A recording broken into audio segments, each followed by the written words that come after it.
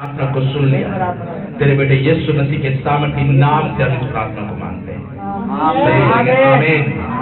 जोर से तारीफ करें।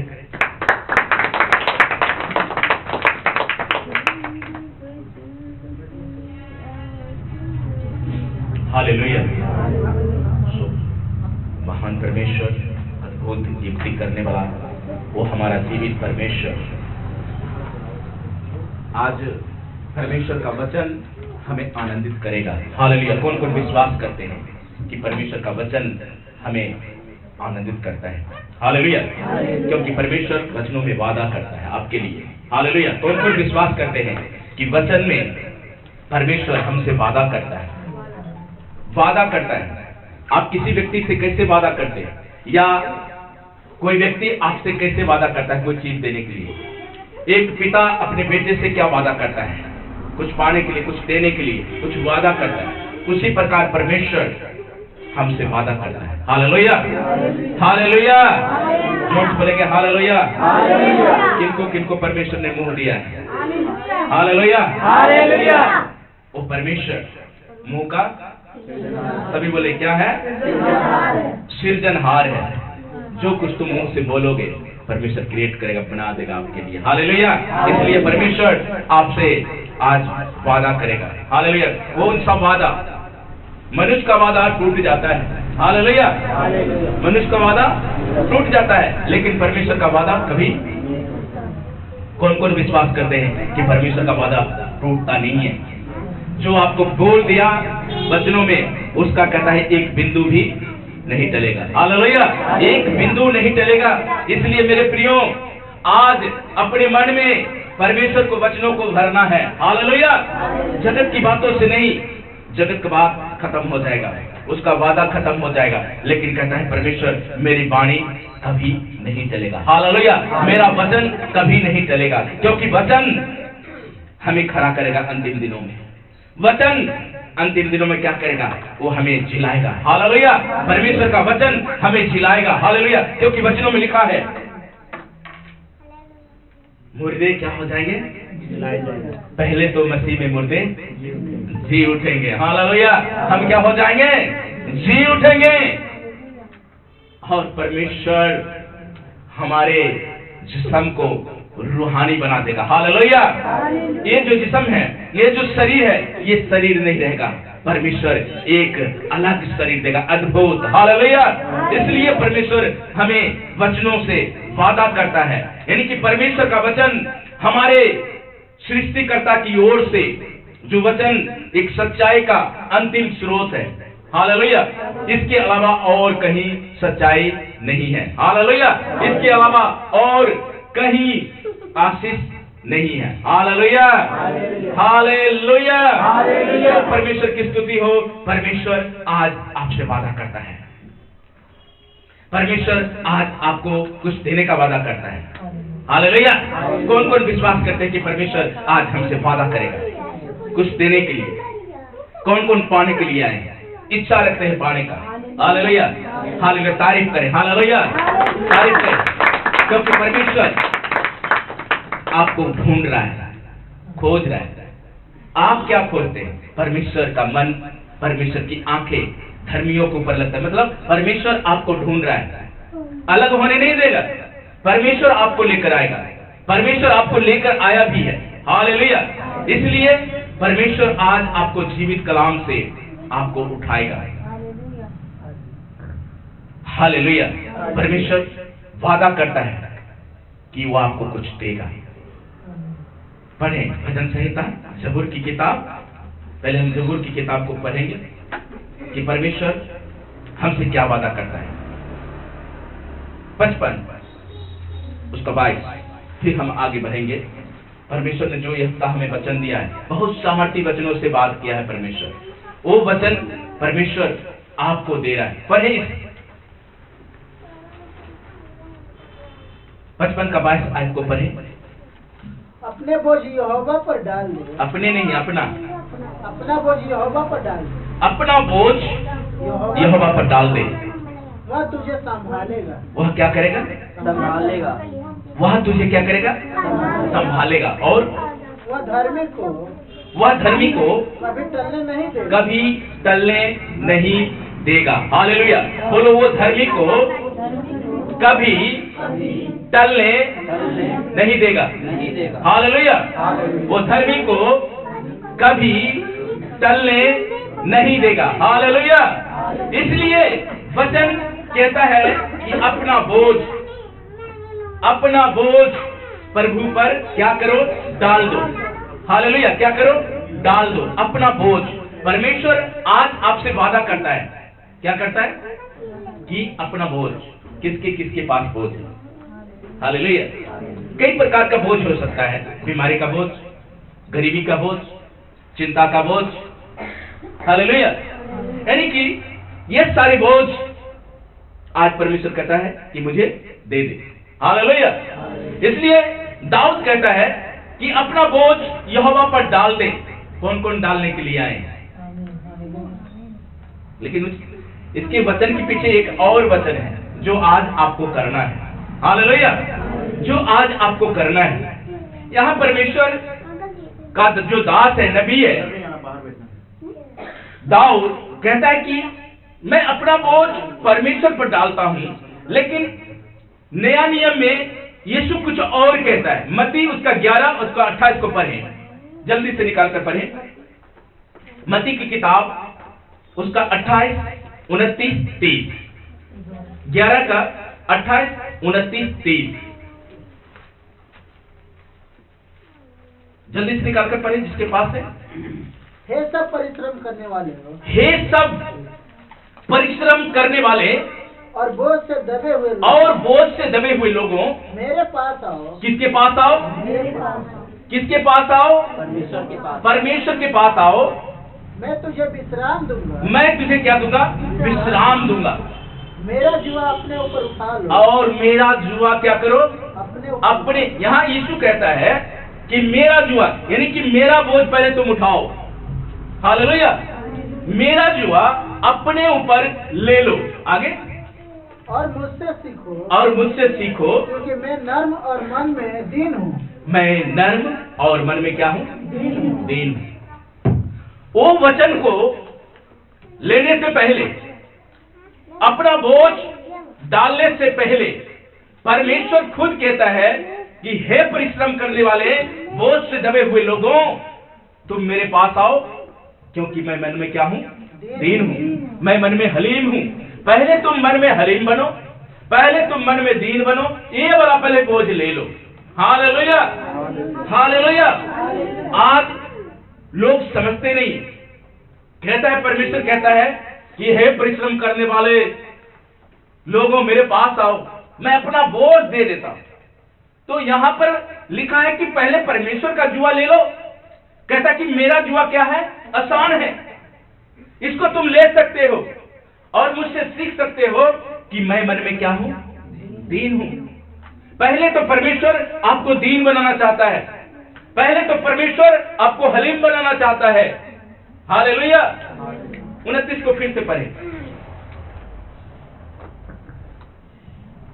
मेरा जुआ अपने ऊपर उठा लो। मेरा जुआ। हालेलुया। किसका जुआ? यीशु खुद कहता है कि मेरा जुआ अपने ऊपर क्या कर लो? उठा लो। ले लो। और मुझसे सीखो, क्योंकि मैं नर्म और दीन हूँ। और मैं क्या हूँ? नर्म हूँ और दीन हूँ। और तुम नर्म बनते नहीं, दीन बनते नहीं। और तुम अपने मन में विश्राम पाओगे। जब आप नर्म बनोगे, दीन बनोगे, तो मन में क्या पाओगे? विश्राम। क्योंकि ये जुआ किसका है? परमेश्वर का। और किसका जुआ ले रहे हो आप? परमेश्वर का जुआ ले रहे हो। हालेलुया। तब जो ये गरीबी का जुआ है, जो आपने भजन संहिता में पढ़ा कि मैं अपना बोझ यहोवा पर डाल देता हूँ, वह मुझको क्या करेगा? संभालेगा। तब परमेश्वर आपको संभालेगा। अपना बोझ तो डालना चाहते हो, अपनी चिंता तो परमेश्वर को बताना चाहते हो, लेकिन जो परमेश्वर का वादा है कि पहले तुम क्या करो? मेरा जुआ लो, क्योंकि मेरा जुआ कैसा है? सहज है। कैसा है? सहज है। अब मन में शांति अगर पाना है तो क्या करना है? दीन बनना है। हालेलुया। क्या करना है? दीन बनना है। अगर दीन नहीं बनोगे, ये बोझ, ये शराब काम करेगा।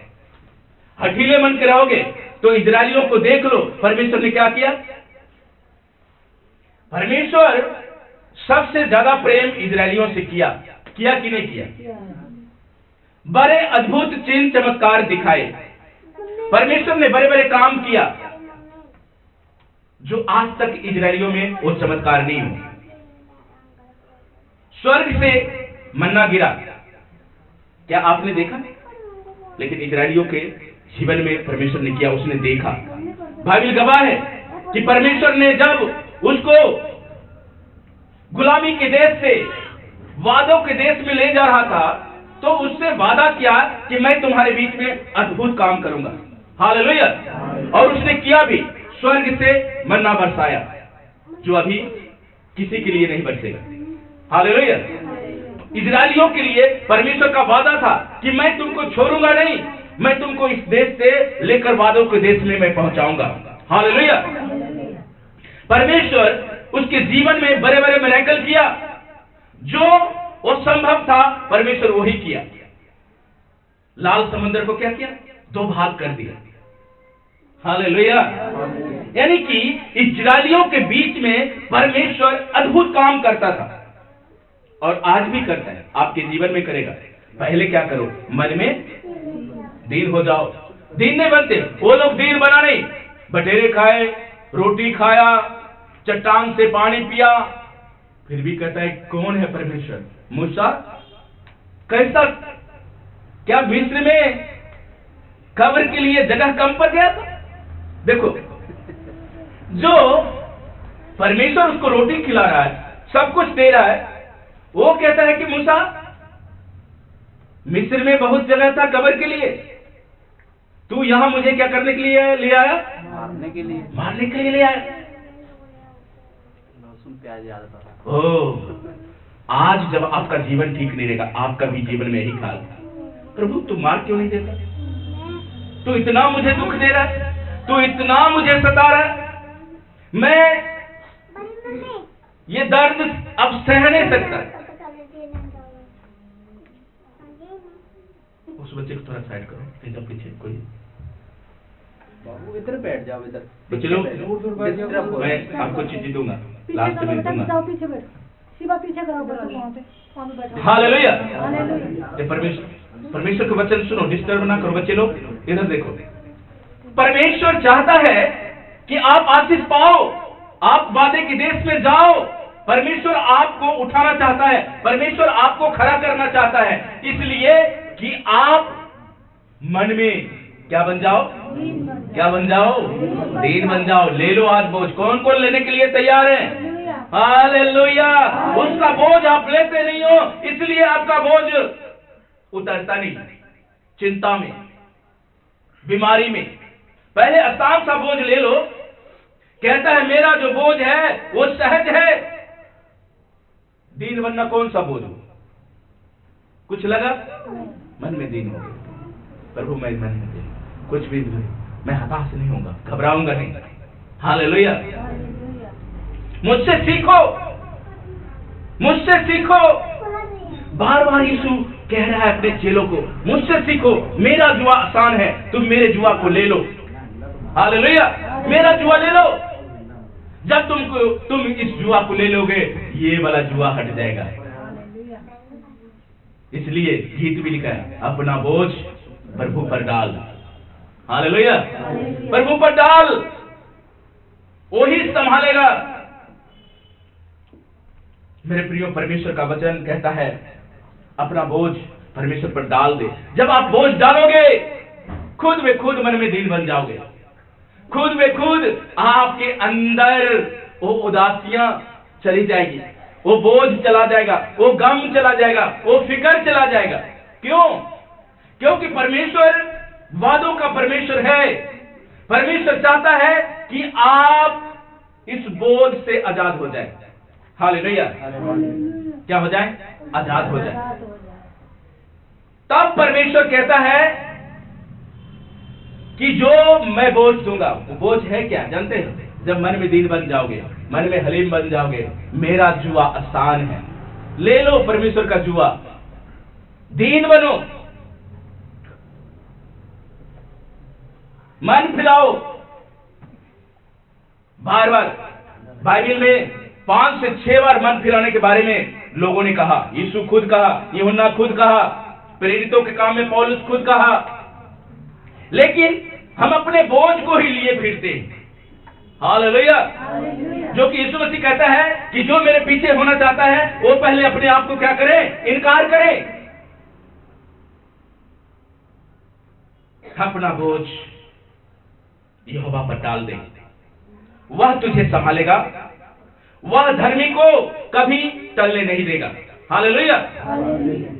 जब परमेश्वर आपको दीन बनाता है, जब परमेश्वर आपको चंगाई देता है, जब परमेश्वर आपको आशीष देता है, तो आपको क्या करना है? उस बोझ है क्या? परमेश्वर के कामों को करना। आप परमेश्वर को काम को करते नहीं है, परमेश्वर के राज्य के लिए करते नहीं है, उत्तम बीज बोते नहीं है। हालेलुया। इसलिए आपका बोझ आसान नहीं होता है। अपना बोझ आसान करने के लिए पहले यीशु कहता है कि तुम मेरा बोझ ले ले, मेरा बोझ हल्का है, फिर मैं तेरा बोझ अपने आप खत्म हो जाएगा। हालेलुया। यही कारण है हम मन में दीन नहीं बनते, हम परमेश्वर के राज्य के लिए काम नहीं करते हैं, उत्तम बीज बोते नहीं है। इसलिए हमारे अंदर तनाव, हमारे अंदर बीमारियां, कलेश, निराशा, ये सब कुछ बने रहता है। और जैसे ही हम परमेश्वर के राज्य के लिए कुछ करते हैं तो कहता है कि धर्मी को मैं कभी टलने नहीं दूंगा। हालेलुया। ये परमेश्वर का वादा है। परमेश्वर धर्मियों को टलने नहीं देगा। इसका मतलब गिरने नहीं देगा। आप गिरोगे नहीं, शैतान आपको गिराएगा नहीं। इसलिए परमेश्वर का वचन कहता है कि मेरे लोग ज्ञान को ना होने के कारण क्या हो रहे हैं? ज्ञान को ना होने के कारण। आज मनुष्य सोचता है कि मेरे अंदर बहुत बुद्धि है। हालेलुया। लेकिन परमेश्वर का बुद्धि नहीं है। अमेरिका उतना बड़ा राज्य, सब चीजों में पावरफुल व्यक्ति, आज देख लो थोड़ा सा गलती के कारण नाश हो रहा है। आग नहीं बुझ रहा है, आग नहीं बुझ रहा है। क्या कारण है? प्रकाशित वाक्य से मैं बताऊंगा, वो भविष्यवाणी पूरा हुआ। ये बुझेगा नहीं। जिस तरह करुणा के लिए आप प्रार्थना करते थे, करुणा कम नहीं हो, उसका एक टाइम था, उसी तरह उस देश में जो आग लगा है उसका भी एक टाइम है। परमेश्वर खुद खत्म कर देगा। मन फिराओ, खत्म, आग खत्म। हालेलुया। इसलिए होशे की किताब में क्या लिखा है? 4:6 में। होशे एक नबी है, उससे पहले याकूब उसका 1:5 में लिखा है कि यदि तुम में किसी को बुद्धि की घटी हो तो परमेश्वर से मांगे, जो बिना उलाहना दिए सबको देता है, और उसको भी दी जाएगी जो मांगेगा। हालेलुया। लेकिन होशे की किताब में लिखा है कि मेरी प्रजा ज्ञान ना होने के कारण, यानी कि ज्ञान के अभाव के कारण नाश हो गई है, क्योंकि तूने ज्ञान को अस्वीकार किया, और इसलिए मैं तुझे अपना याजक होने के लिए अस्वीकार करता हूं, और तू अपने परमेश्वर की व्यवस्था को भूल गया, इसलिए मैं भी तेरे वंश को भूल जाऊंगा। हालेलुया। बाइबल कहीं नहीं कहता है कि आप शैतान की वजह से नाश हो जाएंगे, कहीं नहीं। हर बात में शैतान नहीं होता है, हर बात में दुश्मन नहीं होता है। कहीं कहीं अपने भी गलतियां होती है, कहीं कहीं अपना भी रोल होता है। इसलिए नबी कहता है कि मेरी प्रजा ज्ञान को ना होने के कारण नष्ट हो गई है। शैतान की वजह से नहीं, गरीबी की वजह से नहीं, बल्कि ज्ञान ना होने के कारण। एक ज्ञान, तभी सुलेमान को परमेश्वर ने ज्ञान दिया। क्यों? क्योंकि उसको राज्य को चलाना था, और आपको परमेश्वर को समझना है। हालेलुया। अगर बुद्धि नहीं है, परमेश्वर को कभी समझ नहीं पाओगे। नीति वचन को होता की किताब कहता है कि समझने वालों का मन ज्ञान की खोज में रहता है, परंतु मूर्ख लोग मूर्खता को से बैर करता है, मूर्खता से बैर करता है। इसलिए मेरे प्रियो, आज परमेश्वर आपकी जिंदगी में अद्भुत काम करेगा जब आप मन को दीन करोगे। आप घोषणा करते हो। यज्ञेल नबी में एक आयत है कि परमेश्वर उसको घोषणा करने के लिए कहता है। कौन सी हालात में? परमेश्वर उस सिचुएशन में यज्ञेल को घोषणा करने के लिए कहता है। उसी प्रकार होशे नबी की किताब में ऐसा लिखा है कि अगर ज्ञान नहीं रहेगा तो खत्म हो जाओगे, नाश हो जाओगे, क्योंकि आपने परमेश्वर के बुद्धि को नहीं रखा। सुलेमान को अगर परमेश्वर ने बुद्धि दिया तो उसने, देख लो, जब तक परमेश्वर के मार्ग में चलता रहा, परमेश्वर उसके साथ में था। और जैसे ही उसने परमेश्वर से अलग मार्ग, एमोरियों से, हित्ती से, यानी कि जो देश को परमेश्वर प्यार नहीं करते थे, उसी देश की लड़कियों से उसने ब्याह कर लिया। और परमेश्वर को खुश ना करके उसने अपनी पत्नियों को खुश करने लगा। बाइबल पढ़ लेना, वो अपनी पत्नियों को खुश करने लगा। सुंदर सुंदर, विदेश की लड़की सुंदर ही होती है ना, उसने विदेशी लड़की से शादी किया सुलेमान ने, जिसको परमेश्वर ने इतना बुद्धि दिया, जिसने परमेश्वर के लिए सुलेमान ने सेक्रीफाइस किया। उसके जैसा लिखा है कि बलिदान कोई नहीं चढ़ाया, और लिखा है उसके जैसा पाप भी कोई नहीं किया। वो ज्यादा पाप भी किया। जब उसकी पत्नियां जो बोलती थी, विदेशी थी, सुंदर थी, वो अपनी सुंदरता में उसको मोहता था और कहता था, मेरे लिए इतना भी नहीं कर सकता है, बाल देवता को तू लेकर मेरे घर में नहीं ला सकता। उसका बात मानना पड़ता था उसको, वो लेकर देता था। वो कहता था, मेरा क्या इसमें रोल, मैं कौन सा दंडवत करने जाऊंगा, सिर्फ तो यही इसकी ख्वाहिश है कि मैं इसको लेकर दूं। और धीरे धीरे धीरे धीरे धीरे वो इन्वॉल्व हो गया, उसी में गिर गया। पढ़ लेना इतिहास, पढ़ लेना किताब, कि जितना वो ज्यादा परमेश्वर उसको बढ़ाया, नीचे कर दिया। परमेश्वर झूठ को पसंद नहीं करता, पाप को पसंद नहीं करता। इसलिए परमेश्वर के ज्ञान न होने के कारण लिखा है कि मेरी प्रजा नाश होती जा रही है, नाश होती जा रही है। यानी कि वचन कहता है कि ज्ञान ना होने के कारण, इसमें आपका कोई वजह नहीं है कि आपको ये चीज नाश कर देगा। नहीं, बीमारी से आप नाश नहीं होंगे, गरीबी से आप नाश नहीं होंगे, कोई चीज आपको डुबा नहीं सकेगा। यशायाह 54 में लिखा है कि जितनी हथियार शैतान तेरे लिए बनाएगा, उसमें से एक भी हथियार तुम्हारे ऊपर सफल नहीं होगा। हालेलुया, ये परमेश्वर का वादा है। एक भी हथियार आपके ऊपर प्रबल नहीं होगा। हर एक हथियार को परमेश्वर क्या करेगा? खत्म करेगा। पर करना क्या है? मन में दीन। करना क्या है? परमेश्वर को बोझ, परमेश्वर के प्रति वफादार, परमेश्वर के प्रति, परमेश्वर के राज्य को बढ़ाना, परमेश्वर के प्रति अपने जीवन को समर्पण। अगर आपका जीवन समर्पण नहीं है ना, तो पता है शैतान पहले आपके शरीर पर ही अटैक करता है। हालेलुया। वो क्या करेगा? शरीर को घात करेगा, शरीर को उद्धार होने नहीं देगा।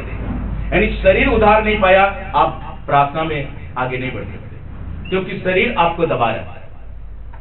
लेकिन जैसे ही वचन आपके अंदर जाता है, वो चीज टूटता है, और टूटता है तो आपके जीवन में परमेश्वर का सामर्थ्य जब आता है, तो अपने आप क्या पाते हो? उद्धार पाते हो। उद्धार किस चीज? आज लोग बहुत सारी चीजों को मांग रहे हैं प्रार्थना में, मुझे ये चाहिए, मुझे ये चाहिए, मुझे वो चाहिए, ये भी मिल जाए, वो भी मिल जाए, लेकिन कभी अपना सल्वेशन नहीं मांगे, कभी अपना उद्धार नहीं मांगे। आप उद्धार मांग के देखो, जब तक आपका उद्धार नहीं हुआ है, परमेश्वर के राज्य में आपका कोई स्थान नहीं है।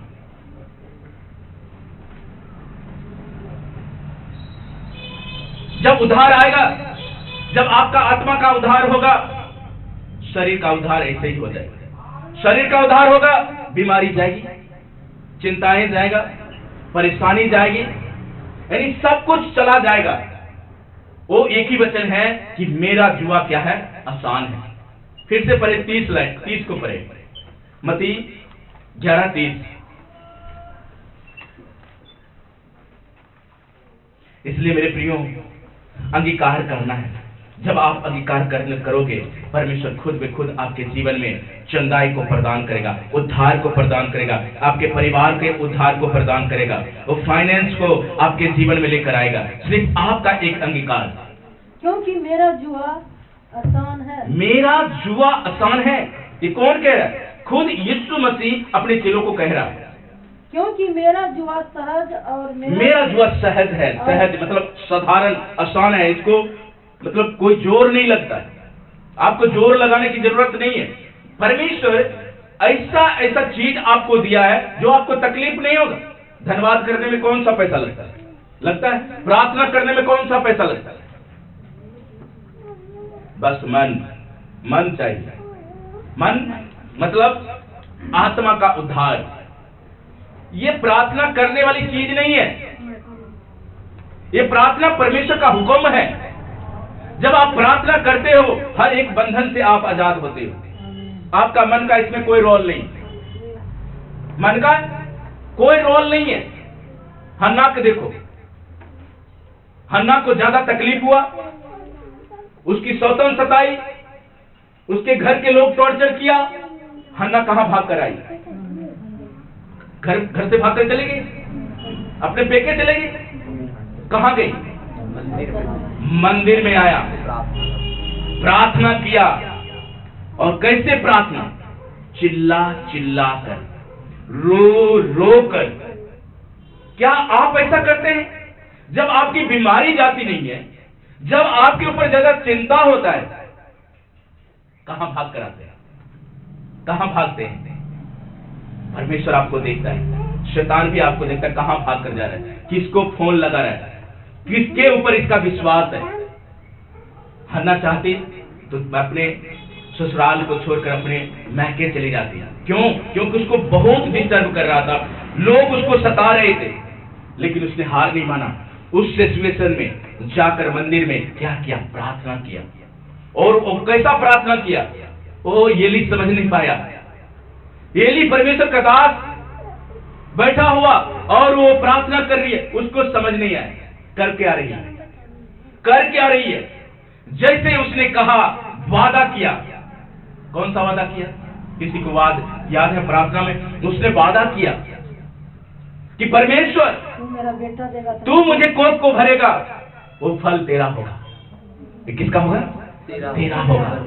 परमेश्वर को पता था ये मुझे चाहिए, ये मुझे चाहिए। इजराइलियों का राजा उत्पन्न होने वाला है। हालेलुया। परमेश्वर को यही पसंद था, परमेश्वर यही चाहता था कि ये वादा करे कि जो तू देगा वो मेरा नहीं होगा, किसका होगा? तेरा होगा।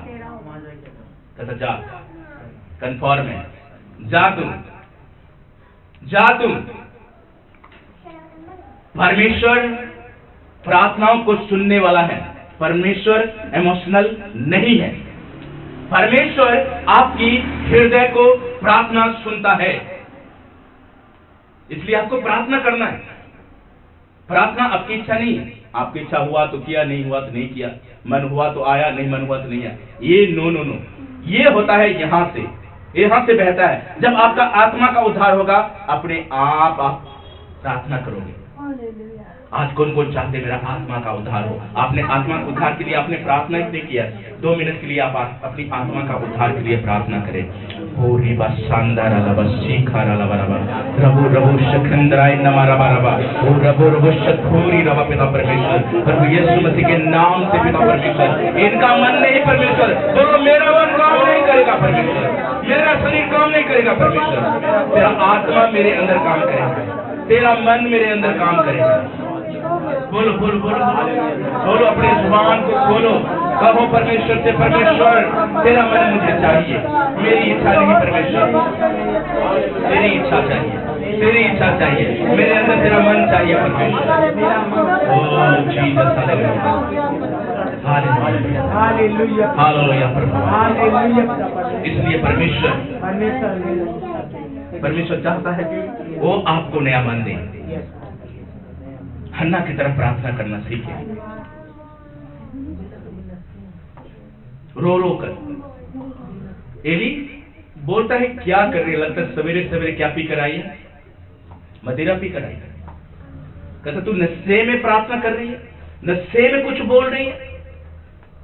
जब आप आत्मा में भरते हैं शैतान को समझने लगता है, और जैसे ही शैतान को समझने लगेगा परमेश्वर आपको आशीष देगा। हालेलुया। कोई विश्वास करते हैं जैसे ही आप अनंत भाषा बोलोगे शैतान घबरा जाएगा और परमेश्वर आपको आशीष देगा। हालेलुया। जैसे ही आत्मा में आप प्रार्थना करोगे शैतान को समझने लगेगा, शैतान चुरा नहीं पाएगा, वो आपके ऊपर आशीष ठहर जाएगा। हालेलुया। ऐसा प्रार्थना हन्ना ने किया। वैसे ही प्रार्थना इजरायली ने एक बार किया। इजरायली ने किया प्रार्थना। जब आप निर्गमन की किताब को पढ़ोगे 12 अध्याय, वहां पर एक ऐसी प्रार्थना है, चिल्लाया, थोड़ा पढ़ लो उसको, मुझे याद आ गया। निर्गमन की किताब उसका 12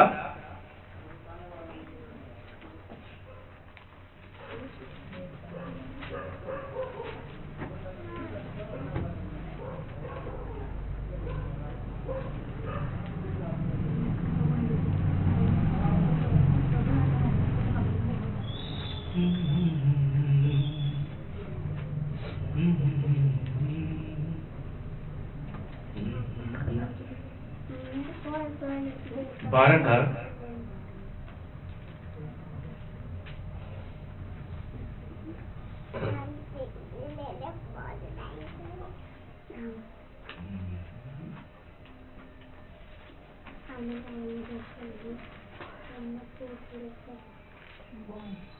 हालेलुया।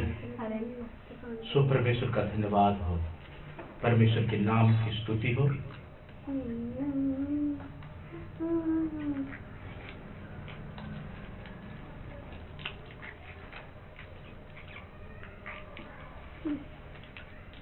उससे पहले 7 पढ़ो, 11 का 7 पढ़ो। उसके बाद हम पढ़ते हैं कि इजरायली ने प्रार्थना कैसे किया। इजरायली को जब देखा कि वो चारों तरफ से जब फिरौन राजा को 14 का 10 से पढ़ो, 10, 11, 12 पढ़ो, और उधर 12 का 7 से लेकर 8 तक पढ़ो, 7, 8 पढ़ो। पहले 14 का पढ़ लो, 14 उसका 10, 11, 12 पढ़े जिसको मिला है। कूच की किताब, निर्गमन को कूच कहते हैं पंजाबी में।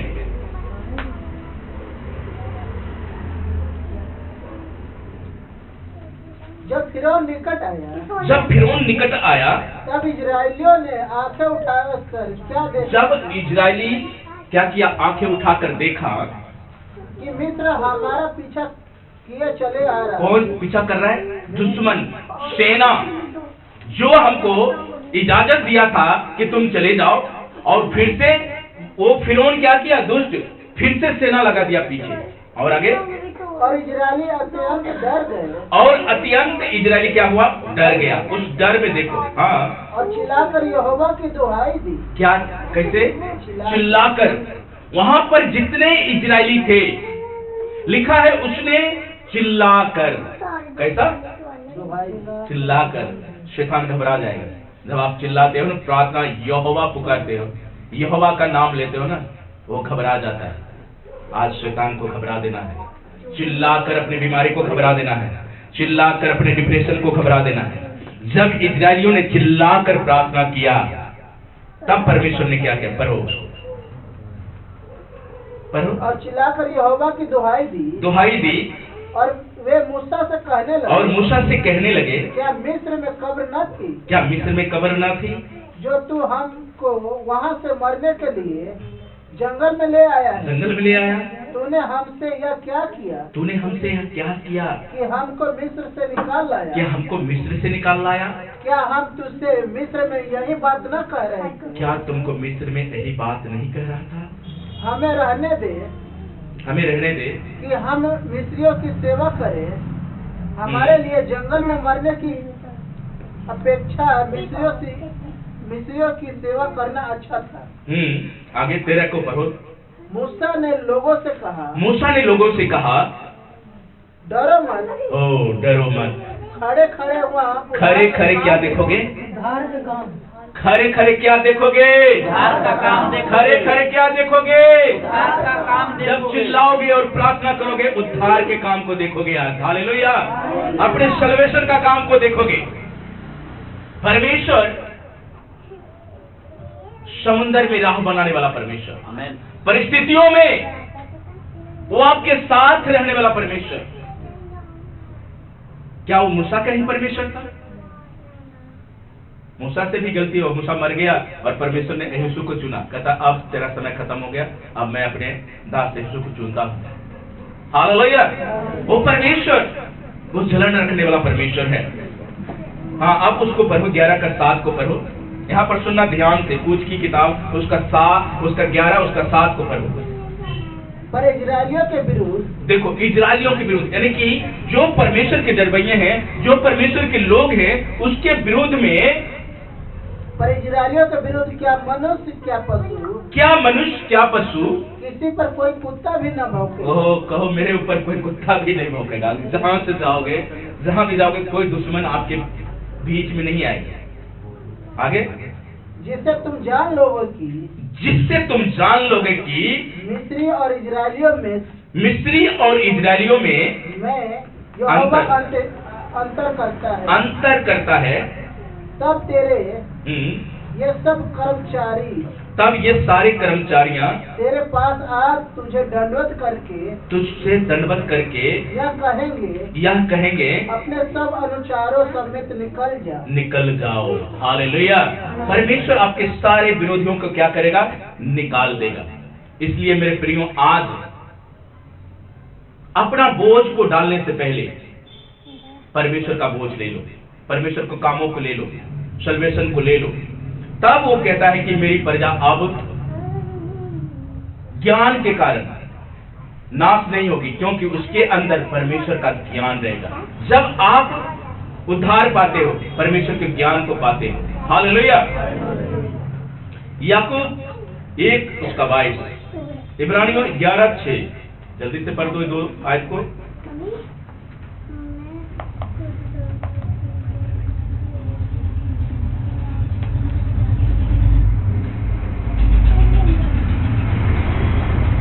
परंतु वचन पर चलने वाले बनो। अब क्या करना है? सुनो, याकूब 1:22, जब आपका सल्वेशन होता है, जब आप बुद्धि पाते हो, जब परमेश्वर आपको खड़ा करता है, तब आपको करना क्या है? कि आपको वचन पर चलने वाला बनना है। हालेलुया। किस पर? वचन पर। अपने मन के मुताबिक नहीं, शरीर के अभिलाषा में नहीं, परंतु वचन पर चलो। वचन क्या कहता है? वचन आपको जीवित करता है। इसलिए यहाँ याकूब कहता है कि वचन पर चलने वाले बनो, केवल सुनने वाले ही नहीं जो अपने आप को धोखा देता है। सुन लो, चर्च में भी आकर परमेश्वर को धोखा देता है, जबकि आपका मन परमेश्वर में लगा नहीं, आप उद्धार पाए नहीं। कहते तुम धोखा ना खाओ। परमेश्वर ठट्ठों में नहीं उड़ाया जाता। विश्वास करो। इब्रानियों 11:6 लिखा है, विश्वास करो।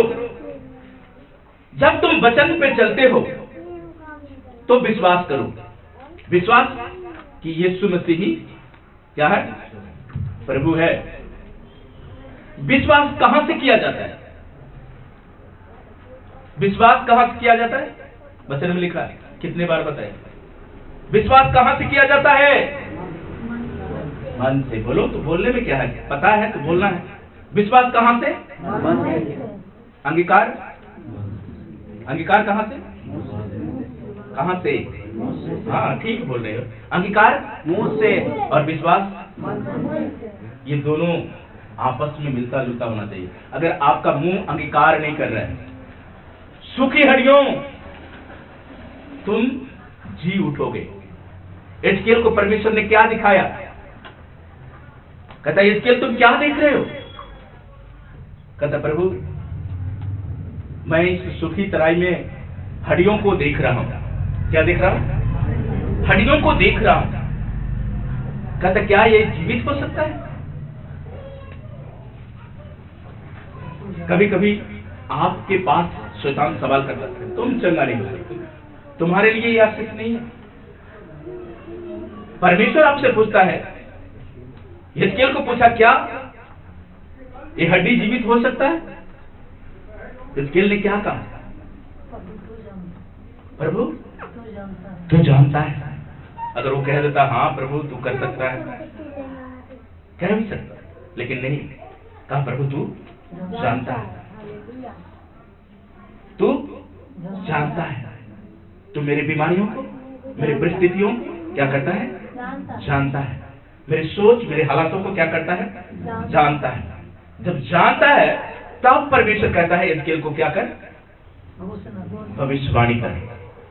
क्या कर? भविष्यवाणी कर। इन सुखी हुए हड्डियों के ऊपर भविष्यवाणी कर। आप अपने जीवन के ऊपर भविष्यवाणी करना है, अपने चिंता के ऊपर भविष्यवाणी करना है, अपने हालात के ऊपर भविष्यवाणी करना है, अपने दुख के ऊपर भविष्यवाणी करना है, अपने बच्चे के ऊपर भविष्यवाणी करना है। लिखा है जब उसने भविष्यवाणी किया, इसके 36 को पढ़ लेना जाके घर में, वहां पर ये लिखा हुआ है। उसने क्या किया? भविष्यवाणी किया। और क्या हो गया? उस हड्डी में क्या आना शुरू हो गया? सांस आना शुरू हुआ। आपकी समस्या जाती रहेगी, जाती रहेगी, जाती रहेगी। करना क्या है? मुंह से अंगीकार। जब आप मुंह से अंगीकार करते हो तो बीमारियां चली जाती है। जब मुंह से एक अंगीकार करते हो, मेरी बीमारियां नहीं जा रही है, नहीं जाएगी, आशीष नहीं मिला, नहीं मिलेगी, कुछ नहीं हो रहा है, नहीं होगा। आपको करना क्या है? नेगेटिव को पॉजिटिव बनाना है, माइनस को प्लस बनाना है। प्रभु तू जानता है, तू कर सकता है, प्रभु भविष्यवाणी कर, बोल दे ऐसा ही होगा, बोल दे ऐसा ही होगा। इस्राएली जब चिल्लाकर प्रार्थना किया, परमेश्वर दुहाई को सुना, कहता चल नंगा समुद्र में। और परमेश्वर क्या किया? शैतान को, दुश्मन को वही समुद्र में नाश कर दिया। जिस रास्ते से आपको लेकर चलता है, पिछले पहाड़ को हटाने वाला वचन सुने थे। कौन कौन, किसको किसको याद है?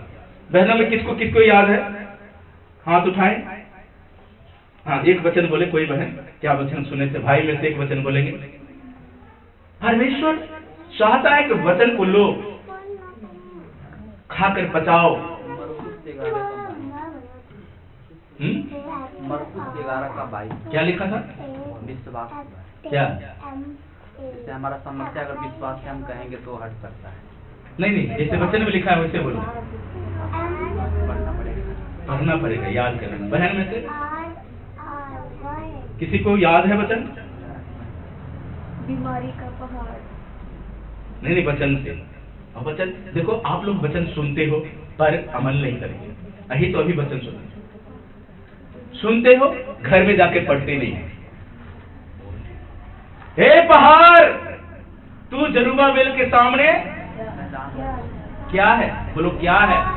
हे समस्या, तू मेरे सामने क्या है? तू क्या बन जाएगा? मैदान। क्या बन जाएगा? मेरा परमेश्वर तुझे मैदान कर देगा। ये पहाड़, ये दुखों का पहाड़, तू क्या बन जाएगा? मैदान बन जाएगा। मैंने कहा था कि जाके घोषणा करना घर में। कौन कौन घोषणा किया? कौन कौन पढ़ा? कितने बार पढ़ा? सच्चाई से हाथ उठाना। बहन में से कौन कौन जो वचन सुने थे कितने बार पढ़ा? देखो कोई नहीं पढ़ा, कोई नहीं पढ़ा। एक वो ये हाथ उठाए। भाई में से कौन कौन पढ़ा? देख लो। अगर वचन नहीं पढ़ते हो, जाकर जो यहाँ वचन सुने नोट किया, आपने घर में रियाज नहीं किया, उसको पढ़ा नहीं, मनन नहीं किया, प्रार्थना नहीं किया, शैतान समझो ले गया। खाली जा रहे हो यहाँ से। वचन तो सुन लिया, लेकिन इधर गया, इधर चुरा गया, चोरी हो गया। किसको किसको चोरी हो रहा है घर में? चोरी होने से बचाओ। जब चोरी होने से बचाओगे आपका संपत्ति बना रहेगा, आपका धन बना रहेगा। ये धन है आपका सोना चांदी रुपया पैसा, परमेश्वर के राज में खाक। आज अरबों खरबों रुपया नाश हो गया अमेरिका का, खत्म। शोभा खत्म, सुंदरता खत्म। बचा क्या रहा? डेविड का घर जो परमेश्वर को महिमा करता है। तारीफ करे परमेश्वर की। आपको परमेश्वर बचाना चाहता है। उस बीच में एक घर था, उसका घर बच गया। मान लो ये बीच में घर है, इधर घर जल गया, इधर घर जल गया, पीछे का घर जल गया, आगे का घर जल गया, वो घर बच गया। परमेश्वर में ऐसी कौन सी शक्ति है? समझते हो बात को? तेरे निकट 1000 और तेरी दाहिनी ओर 10,000 गिरेंगे, परंतु वो तेरे पास नहीं आएगा। तारीफ करें, बोलो मेरे पास नहीं आएगा। जब मैं घोषणा करूंगा, मैं प्रार्थना करूंगा, मेरे पास नहीं आएगा। आएगा एक रास्ते से और कैसे जाएगा? जहां मर्जी भगा सकते हो, हट जा शैतान, तेरा कोई जोर नहीं। तो डेविड का घर बच गया, आज आपका घर बचेगा, आपके बच्चे बचेगा, आपका परिवार बचेगा, आपका बिजनेस बचेगा, आपका शरीर बचेगा, अपने स्थानों पे खड़े हो जाएगा। और घोषणा करें फिर से, जितने वचन को आज सुना है कि प्रभु में नाश नहीं होगा, ज्ञान प्रभु हमारे अंदर होगा, क्योंकि